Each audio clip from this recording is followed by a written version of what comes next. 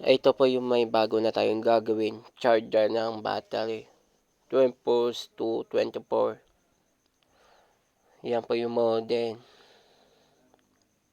Ngayon, ang alamin ko sila to papakita ko sa iyo mamaya maya po.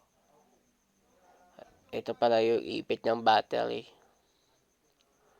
Yan. Next. Okay. Yan na po. Ito po yung nasira sa switch na fuse. Yun. Tapos nilagay ko na yung fuse. 20 amperes.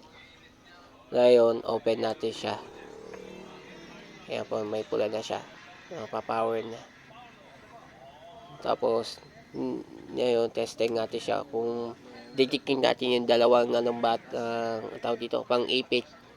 Kung papalo siya, kung dadala yung spark siya. Yun, mayroon siya. Yun, lakas, spark. 12 post pa. Kasi malaki yung gas forma kaya nakatakot naman to.